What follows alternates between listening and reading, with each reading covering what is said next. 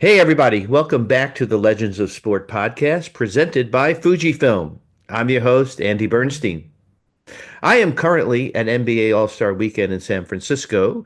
I brought my virtual backdrop with me, and I am so excited to bring this episode to all of you. This is somebody I've wanted to talk to for a long, long time. So I had an excuse after the Super Bowl, after this guest's beloved team kind of laid an egg, but very, very, very happy to have the great Nick Lowery on this week's podcast. Nick was a famous NFL kicker for 14 years with the Kansas City Chiefs. He's a member of the Chiefs Hall of Fame. I think at one time he led the Chiefs in points. I think he might still lead them in points. 1,466 points, which is unbelievable. And at the time of his retirement, he was the most accurate kicker in the history of the NFL, with 80% of his field goals being successful. I mean, unbelievable stat. But more unbelievable about Nick is the work that he's done once he hung up the cleats. Nick and I really connected on all this. His being of service out in the world has really, really impacted so many people, led by his Nick Lowery Foundation. He's a champion for the homeless in Maricopa County in the Phoenix area. And Nick recently traveled to Israel as part of Project Max with former NFL player Tony Richardson and Nick and I's mutual friend Eric Rubin, who put together an amazing itinerary of meeting hostage families, meeting government officials, going to actual places where some horrific things have actually happened. And Nick is such an inspiration to me and hopefully to you too. We talked so much about what it means to be of service, how interested he is in helping people. And I just enjoyed this conversation so much, folks. So we're going to post all about Nick's social media. We're going to shout out his Nick Lowery Foundation. I hope you can help them. He's got a golf tournament coming up, which should be amazing. And please, folks, enjoy this as much as I did. And as always, I'll see you on the backside. Hey, man, first of all, thank you, Nick Lowery, for coming on to the Legends of Sport podcast. Big thanks to our mutual friend Eric Rubin, who I recently met over Facebook, but we've become fast friends. And there's a lot to cover with you. I don't know how much you know about me. I'll just give you in a nutshell. 43 years with the NBA, and got off the court finally, and doing my podcast thing now in year 7. And Wow, yeah, so you're like the 252nd guest or something, Nick. So, so anyway, man, thank you for joining me. And you have so much to talk about. I want to first off, right off the bat, talk about the Super Bowl. I know it's probably a painful topic, but it is timely. Um, that's fine. your Chiefs kind of laid an egg, unfortunately. But as you know, as a professional athlete, every day's different, right? Nothing is guaranteed. No script is right. And you remember that scene in my favorite movie of all time, Lawrence of Arabia, Sure. where Peter O'Toole has this incredible connection with the Arab sheik, and where he says nothing is written, and Yeah. then he crosses the desert, like with no water. Yeah. So Yeah. this game reminded me quite a bit of the Tampa game with Tom Brady. We got a Uh-huh. really bad call, an interference call Mm-hmm. at the end of that first half against Tampa, and then from that point on, it was down. But both then Patrick Mahomes and Travis Kelsey and Andy Reid looked like they had deer caught in the headlights looks, and they've never Yeah. had that since. Yeah. I don't know Yeah. about Andy, and I don't know even about Patrick. I think Patrick would have been on if he'd had more than 1 second to throw the ball. But Yeah.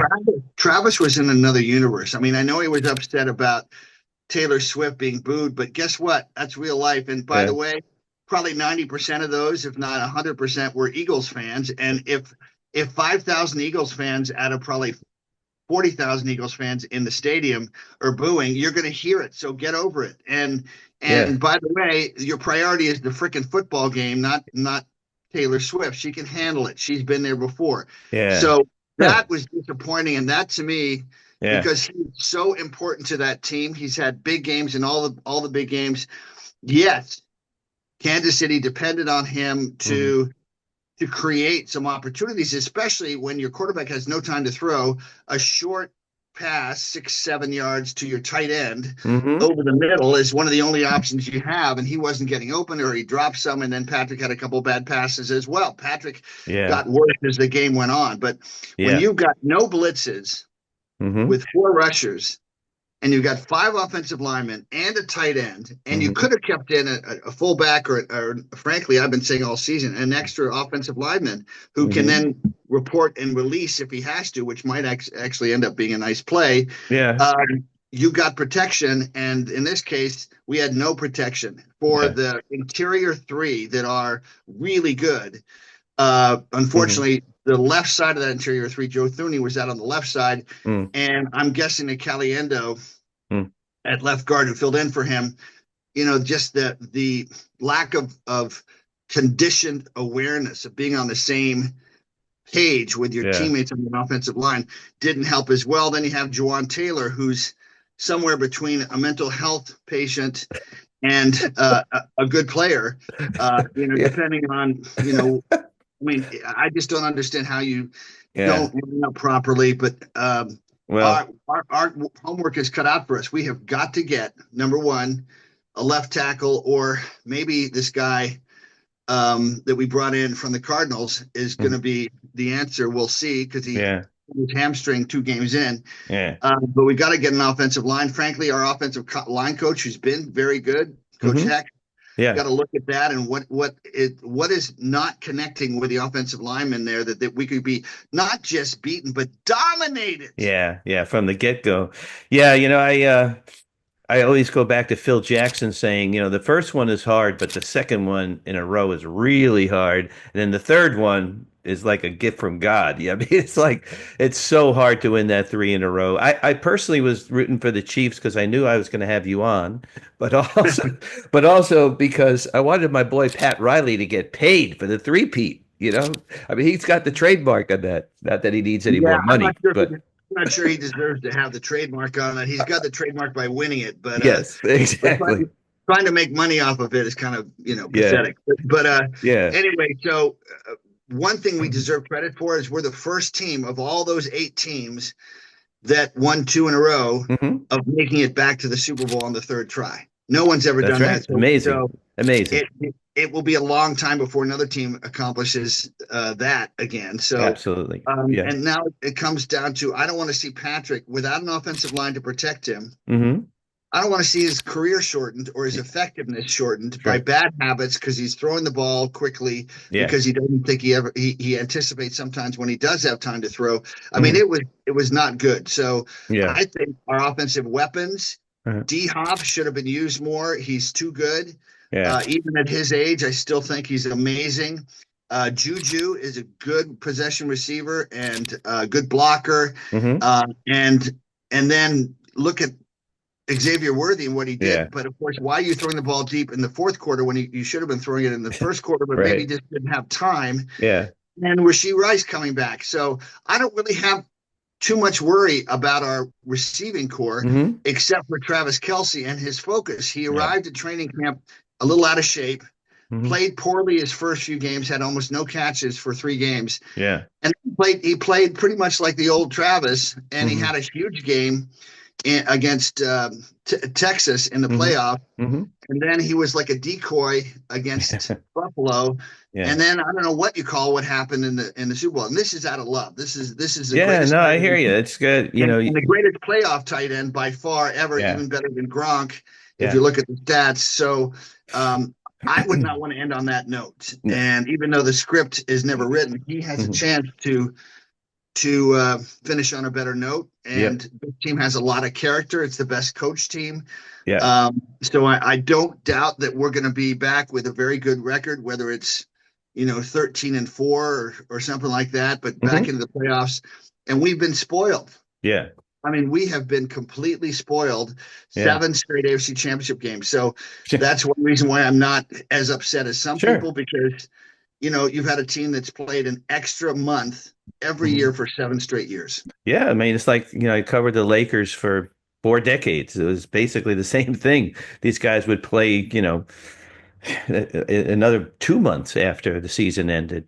But Nick, listen, thanks for that great recap. Nobody better than you, I think, who could probably give me that. I want to go back just really early because we always on the Legends of Sport podcast like to find out where people started, right? We all have our story. Um, you went to Dartmouth, right? You went to Dartmouth the same time I was at UMass. So we probably played you guys. I was at UMass 75 to 78, right? And you left Yeah, in 78. and So we're only 29 years old, so yeah, well, my dad used to say 29 on each side, but yeah, then there I you got go. a few more after that. But so that was kind of interesting to read that. I didn't know. Why kicking, Nick? I mean, I read a lot about you, but I never saw like where did kicking, what was like the impetus for that for you as a kid, maybe? Well, my dad was in the first group of Fulbright scholars after World War II. Uh-huh. My mother was in the very first full class of women at Oxford, and and all the women had to be honor students. So she spoke the best German in England. So she was sent literally to question. Some would say interrogate. She would say question Hmm. Hitler's record keepers in Berlin. Right. Then was sent to document the death camps, which I only found out actually before that, before the end of the war, Huh. Dachau, etc. So she was an amazing woman. Grew up in Cairo, Egypt, and found herself helping run the Fulbright Scholars Program. She meets my dad. They get married.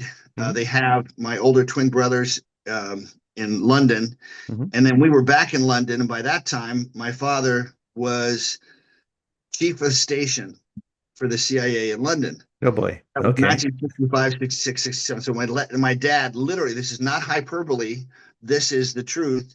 And of course, I found out at my dad's funeral because that's how he was. Yeah. He wasn't secretive in any other way, but obviously he just didn't talk about and was humble too about what he did. I Yeah. knew he was CIA. I knew he met with MI5 and MI6, but we're there in London, and that's when England hosted the World Cup in 1966. I was going to one of the oldest schools in England, Hmm. St. Paul, taking Latin and French and complex mathematics and playing soccer 10 hours a day. And that's how I learned to kick. And then we played rugby a couple of weeks a year, and I was a lot taller, like a lot taller than most of my teammates there. So they were very impressed with my field goal kicking ability. So they wanted me to play for the team 2 years older. Yeah. So that's where I got my start. And I went to Germany, just played basketball and baseball. Hmm. We were like number two, the second best team in Europe in Little League Hmm. way back in 68, came back to the States in 69. You remember 69 and all the assassinations of Martin Luther King and Sure. Robert F. Kennedy. And Yeah. by the way, hey, Robert F. Kennedy Jr., we love you. Yeah. Anyway, Yes. and then started playing football and put a ball on the tee, hit a 45-yard field goal like it was nothing. I'm like, okay. So Uh-huh. that's how I got my start. I also was MVP of our league champion baseball team in high school at St. Albans, which is the Uh-huh. National Cathedral School for Boys, where Right. you saw you see funerals quite often, Uh-huh. including Yeah. uh, Mm. recently, Mm. and Yeah. so with Jimmy Carter. And so Hmm. um, that's where I learned to kick at Yeah. Potomacville, McLean, where the Kennedys went. Yeah. Michael Kennedy and David Kennedy and Courtney Kennedy and Mm. Bobby Kennedy was a few years older than us and Uh-huh. Potomac stopped at ninth grade. But the So Kennedys interesting. and Yeah. Neil Bush, Kennedys Yeah. and Bushes, and Wow. Al Gore was 10 years ahead of me at St. Albans. Hmm. And, I love baseball, varsity basketball, varsity soccer, league champion in soccer, league champion in baseball, MVP of baseball, pitched at Dartmouth for a couple years. Wow. But what I loved about pitching and kicking Hmm. was equal parts, or as Yogi Bear would say, it's 50%, 90% mental, Not even. and Right. it Yeah. absolutely is Yeah. the pitcher and his outthinking the Right. batter and just strategy. And you're on an island, same thing Yep. as a kicker. You're on an island. You have to manage your emotions. Incredible Yeah. pressure. It's like a relief pitcher comes in with a full count. He only has one pitch, either Hmm. strike or not. And Yeah. managing that is not for the faint of heart. No, hence the name of your book, by the way. Naked and Alone with 80,000 People. Couldn't be a more appropriate title, I think, for a professional kicker. I got to I read thought it. about I thought about calling it "Romancing the Kick," but But Yeah, I just came back to Naked Alone because that's the feeling. You're running on the field yeah, completely alone. But what it crazy. does is it teaches you to be alone and to know that you're going to be accountable in life and to Hmm. not make excuses, just keep working to get better. Hmm. And that's why, after being cut by 11 teams, Yeah. 8 teams, 11 times, excuse me, Hey. taking a job at the U.S. Senate Commerce Committee on Aviation, Deregulation, and Safety, Uh-huh. I tried one more time, my 12th time with the Chiefs. Uh-huh. And by that time, I was good enough to beat out the greatest kicker at that point in the history of the game, Jan Stenerud, who played 6 more years Uh-huh. and broke all his records. Wow, So there. what a story, man. I mean, it's just incredible. I mean, you were the first professional athlete to graduate from Harvard's Kennedy School of Government, right? I think that still stands. I read that in your bio. And then, Yeah, there's a couple of guys that kind of went to training camp. That does, hey, guys, going to yeah, training camp doesn't count. You got to right. actually play, You got you got to get that check. You got to get the first check, right, Nick? Yeah. Um, so working in government, right, at a young age, did that instill this incredible need or desire to be of service, to actually go out there? I mean, because the things you've done, Nick, and we don't have time to cover everything, but I would love to cover, especially Project Max. Um, Yeah. everything that you're doing in Maricopa County with Champions for the Homeless. I mean, where did that all come from? That incredible gift of giving service. I just think God's in each one of us in a unique way in each one of us. And the Hmm. journey in life, especially initially, is, psychologists would say identity, but it's also the identity of the unique God given gifts, which lead to a unique God given purpose. Hmm. And that then is aligned with deeper core values that you're never going to compromise on. Hmm. And the skill sets. And there's so much research about when you align your deepest values and your skills and stick with it, you Hmm. become like a beautiful radio station, TV station, whatever analogy you want to use in Hmm. terms of who you are and Hmm. what you're doing in the world. And you attract opportunities, not just people, but opportunities. And so each opportunity sings to me. Last night I was with the Canadian Tenors, who are dear friends. Actually, their leader, uh, back then, 10 years ago, Fraze Walters, asked me to marry him to his wife, Kelly, who's also a David Foster protege. And they were Hmm. raising money for Bulembu, which is a village in Swaziland of orphans who, Hmm. it has the highest rate of HIV in the world. And all these things are their way, for instance, last night, to complete full circle their success with helping others that are completely what I call in the shadows of either the American dream or of humanity. And Hmm. so everything I do, whether it's starting Native Vision, 1996 with Johns Hopkins, I got the NFL Players Association involved. It's Hmm. now in its 28th year and 29th year, gosh. And it's a sports and life skills camp, whether it's Kick with Nick for cerebral palsy during my career, which was the longest running program run by a player during my career, won the National UCP Award. That Hmm. was a great learning. They're all learning steps. That one was definitely, hey, guess what? I may not have a physical disability or neurological disability like cerebral palsy, Hmm. but I have a disability. Perhaps if I'm looking for it, being aware of it in terms of my perception, my compassion, my awareness, um, Hmm. my, some some limitation that we have to work through. Hmm.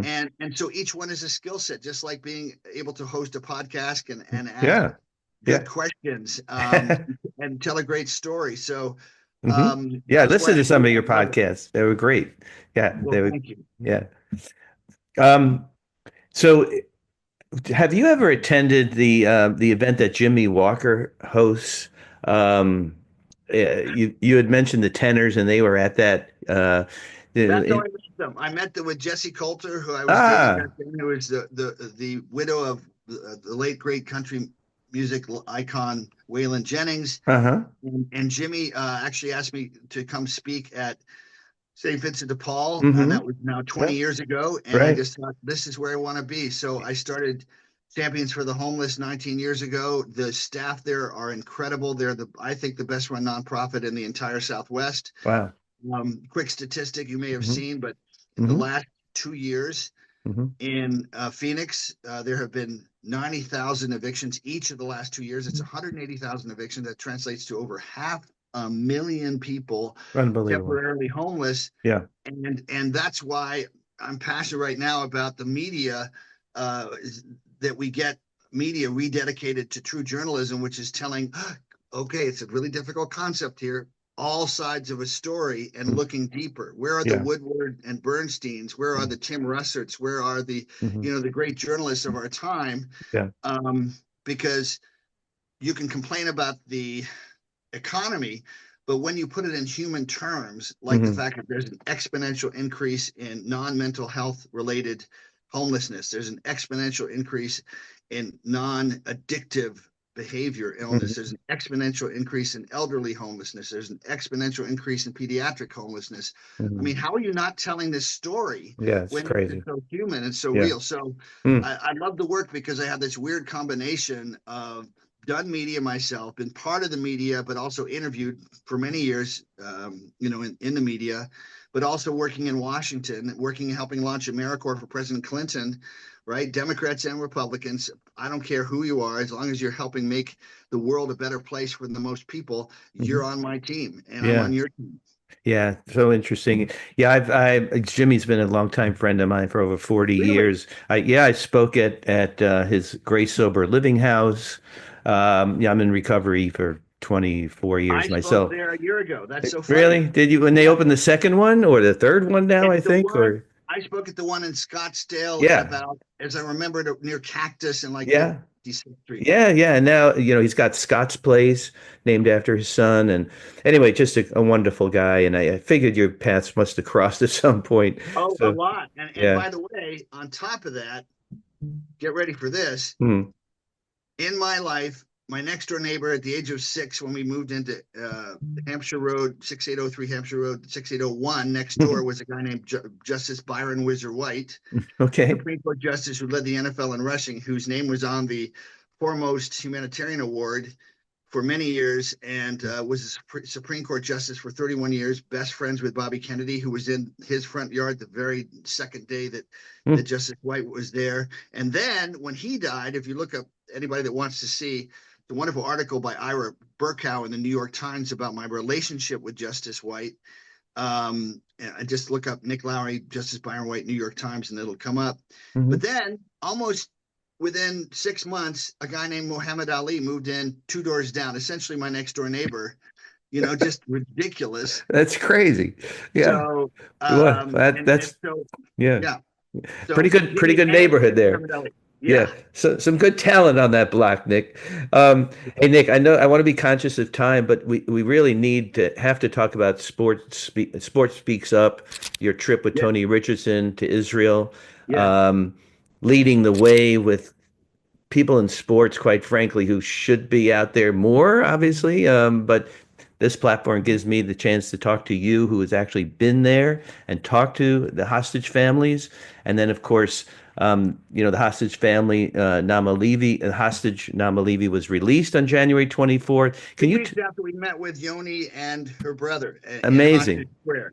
And we Yeah. didn't know for sure whether she'd be alive. So we feel very blessed about that. Yeah. So can you just talk about that experience? First of all, how that came up, that you were invited to come to Israel, and then what that experience was like for you.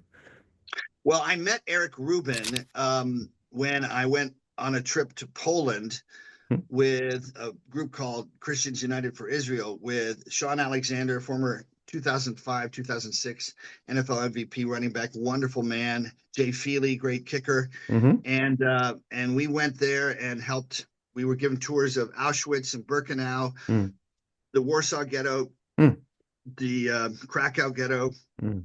but we helped escort 100 Ukrainian Jews to refugees from Poland to Israel, and so it's Mm. called Aliyah, and I just so powerful, and I just felt this connection, and I loved every interaction with Eric, and so we stayed in touch, and he asked me to get involved, and I'm like, absolutely. Mm. So Sports Speak Up was a way to highlight Ohad, who is a 8-year-old kid who'd been taken on October 7th, who was Mhm. released, thank God, Mm. on right around his ninth birthday.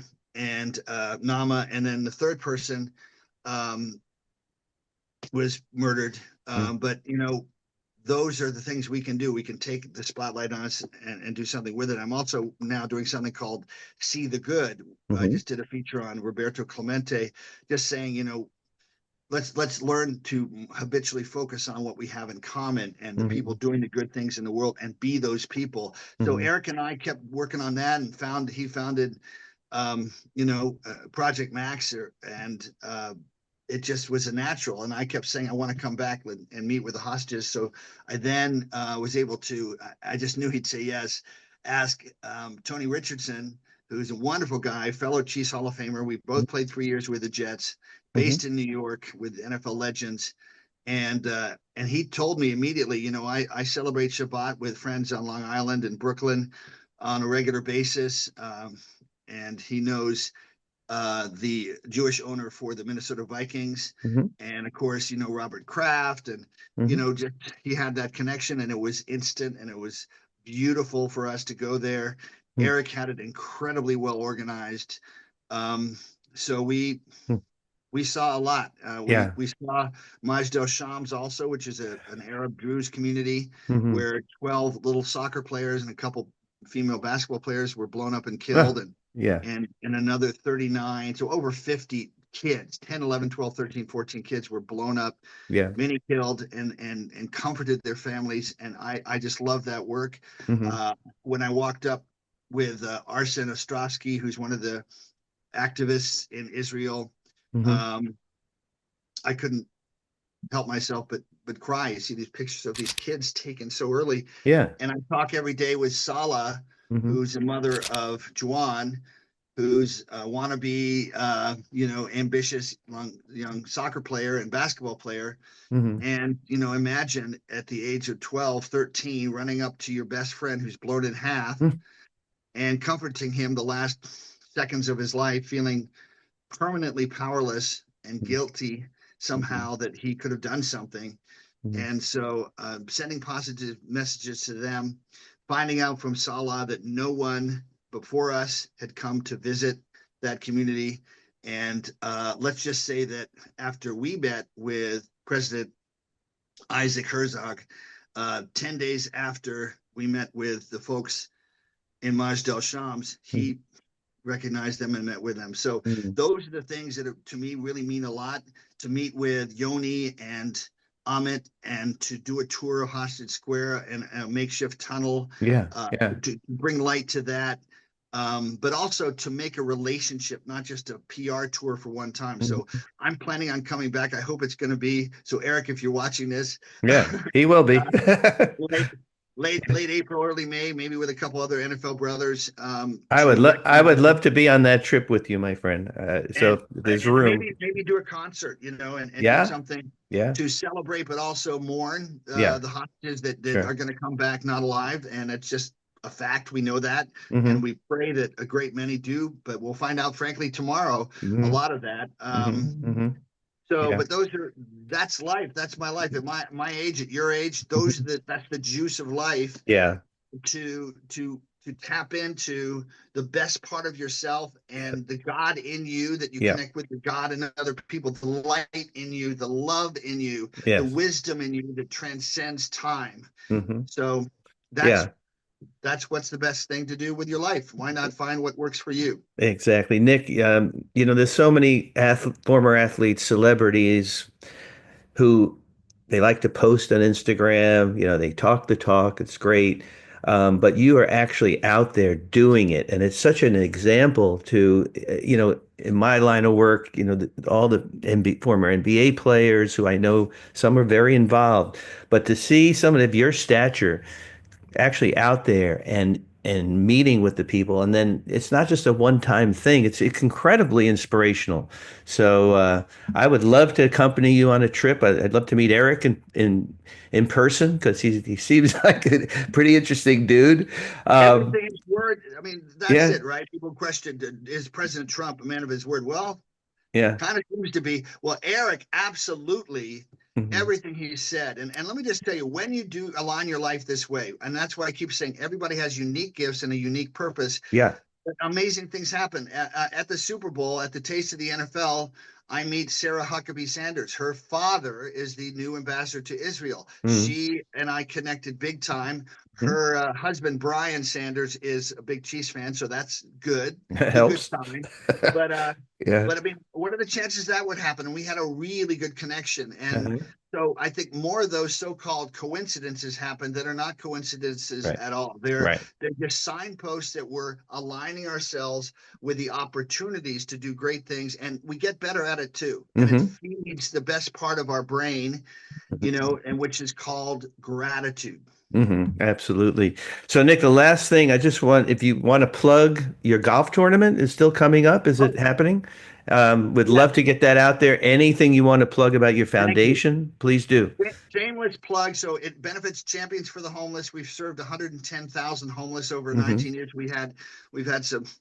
Evander Holyfield stood in for Muhammad Ali when we fed all the homeless the first week of every year for 3 years, Mm-hmm. with my friend Yank Barry, who founded Global Village Champions with my next door neighbor, Muhammad Ali. Um, and the golf tournament is Nick Lowery Foundation's Champions for the Homeless Golf Tournament. It's on Mm-hmm. February 22nd, so it's 8 days from now. It's Yeah, in coming Phoenix. up. Yeah. Uh, Mm-hmm. we have Kevin Harrington from Shark Tank coming. We Mm-hmm. have some actors and we have some football players. But it's just a wonderful cause. It's obviously a Mm-hmm. write-off. But Yeah, that's great. we have, as I said, we have this huge need to take care of people that have to some degree been forgotten in the process with all the Mm-hmm. immigration stuff. Without getting into politics, Mm-hmm. those people deserve to be loved. Everyone deserves to be loved, but our homeless American citizens should not be forgotten in that process too. Yes. Well, thank you for all the work you're doing, Nick, and count me in. We'll plug anything. Send it our way at Legends of Sport. I hope to see you. I come to Phoenix really often, so Let's got get together great. with Jimmy. Yeah, with Jimmy, I have great friends there who are co-owners of the team. Phoenix was like my second home when I was working for the NBA. It was one of the places I would go the most, so I Well, love you it know what? there. Let's look at Steve Nash. There's Yeah, another example, right? And Eddie yeah, Johnson, who's part of of course. Project Max. These Okay. are great. These are great people. Yes, They've yes, managed fame, yes. and yet it's not about just them. And Right. that's what you notice with the people that have longer careers. Yeah. Hmm. There's no coincidence they have their, you know what, together. Yeah, I got you, man. Well, listen, Nick, so great to meet you. I know this is the first of many meetings because I think you and I connect on a lot of levels, and I'm so Brandon. happy to have you on. It helps that it was the Super Bowl, but whatever. But I wanted to definitely have you on for a long time, and it's so great that Eric connected us. So thanks to him. Thank And you. whenever you need something plugged, you just come our way. All Thank you, right. brother. All right, Bless Nick. you. Take care, my friend. Bye Thank you. bye. Bye. Thanks, Nick. That was super. And we got a lot in. Believe it or not, I had two full pages and we almost did the whole thing. So it I was great. talked a lot. Hey, if you can put in the website, it's Nick Lowry Golf, Yep. NickLowery Yep. golf.com. That would Yep. be awesome. That would be, you count it, it's done, finished. And then do you have Instagram, by the way? You do, right? I think. I've got 1 million followers on Instagram. It's Right. Nick Lowry 88. Okay. Gotcha. I just I want to make wanted sure. 8, but I got Tony Gonzalez instead because some knucklehead had already taken Nick Lowry 8. Really? All right. Yeah. Well, we'll tag you on that and keep the ball rolling, my friend. So thank you. Well, huge thanks to Nick Lowery for taking the time to chat with me on this podcast. I really admire everything he's doing, and I'm really hopeful that all of you can take in the amount of service that Nick has done since he hung up the cleats. It's really, really inspiring. So please follow him on all his social media platforms. We will be posting that on our social media, and of course, support his Nick Lowery Foundation. So thanks again, Nick. Thanks to all of you, by the way, for tuning into this episode and for continuing to support the Legends of Sport podcast presented by Fujifilm. Please follow them on Instagram at FujifilmX_US. That's FujifilmX_US. Please tell all your friends to subscribe to our YouTube channel, Legends of Sport, and our Instagram at Legends of Sport. And my photography can be found on Instagram at ADB Photo Inc. Big thanks, as always, to our producer, Carlin Barker, and our editors, Sean Gosser and Addison Shao. Folks, all of us here at Legends of Sport continue to extend our thoughts for everyone affected by the horrific fires in the LA area. We recently partnered with our friends at Charity Buzz to offer an auction of beautiful prints from some of the greatest photographers we know, all to benefit the LA Chamber of Commerce's Small Business Disaster Recovery Fund. Please check our social media on how you can help donate to the small businesses who were directly impacted by the fires.